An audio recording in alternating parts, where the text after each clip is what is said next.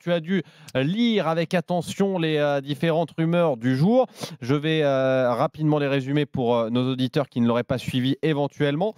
On parle d'Antoine Griezmann à l'Inter. Je m'explique. Le FC Barcelone rêve de Lautaro Martinez mais n'a pas les liquidités et envisagerait, dit-on, possiblement, c'est La Repubblica, c'est le quotidien italien La Repubblica qui sort cette info, éventuellement, d'intégrer Antoine Griezmann dans ce potentiel deal.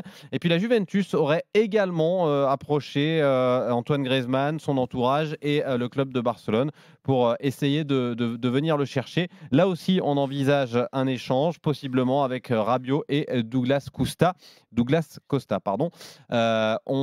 Simonet, quelle crédibilité on peut donner à ces informations et qu'est-ce que tu as toi comme info en plus sur le sujet? Alors que Rabiot, que Griezmann soit un joueur qui plaît, c'est évident, qui plaît à l'Inter, surtout, qui serait un joueur parfait, même au niveau des symboles, pour Suning, pour tout ce que représentent les champions du monde français dans le monde, avec son image, son niveau du football, mais aussi les personnages, ce serait parfait pour Suning, pour augmenter la puissance de l'Inter à niveau de brand dans le monde. Pour vendre et du pour maté les aussi. qualités de football, pour vendre du maté peut-être, mais pas que ça.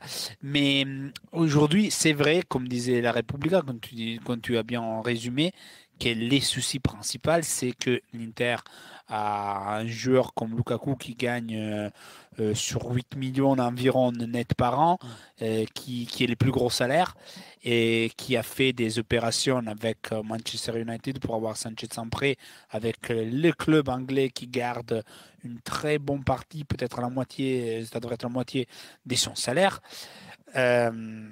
Envisager un travail économique pour arriver à Griezmann, c'est vrai qu'on peut faire semblant que les deux joueurs, Lautaro et Griezmann, ont des évaluations similaires, même si aujourd'hui, avec la saison de Griezmann et la montée en puissance de Lautaro, et l'âge différent, je ne sais pas si on peut faire une vraie comparaison des prix. J'ai une question, Simonet, pour toi. C'est si l'Inter va en Ligue des Champions, est-ce que l'Inter peut envisager de garder Lautaro Martinez une saison de plus? Est-ce qu'ils en ont les moyens? Est-ce qu'ils ont les reins suffisamment solides pour le faire?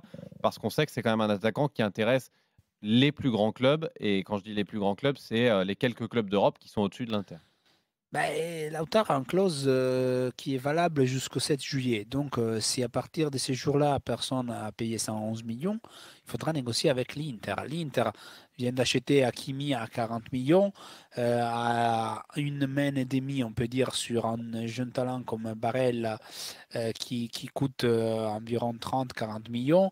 C'est une équipe qui a fait déjà une belle plus-value avec Icardi, qui devrait réaliser d'autres opérations à la vente, comme des joueurs en prêt, comme Perisic, comme João Mario, qui cette année ne doit pas vendre, mais pourrait vendre s'il veut de la liquidité, un joueur comme Skriniar qui est suivi par des grands clubs en Europe. Donc, à niveau économique, l'Inter est solide. Les problèmes, c'est que, comme je disais, Griezmann aujourd'hui a un salaire qui est hors norme pour l'Inter. Et même pour la Juve, non, et pour la Juve? Pour la Juve, vous devrez rapidement prolonger Dybala qui gagne 7,5 millions et augmenter son salaire. Bien sûr, très loin de Cristiano, mais la Juve a un joueur comme Cristiano qui quand même ne sera pas éternel, qui gagne 30 millions net par an. Donc, la Juve, je pense que peut faire une opération comme ça. Et après, il faudrait voir une chose. Est-ce que Griezmann veut continuer à vivre à Barça avec une compte en banque qui grandit chaque année avec la situation qu'il vit? Griezmann, il a 29 ans.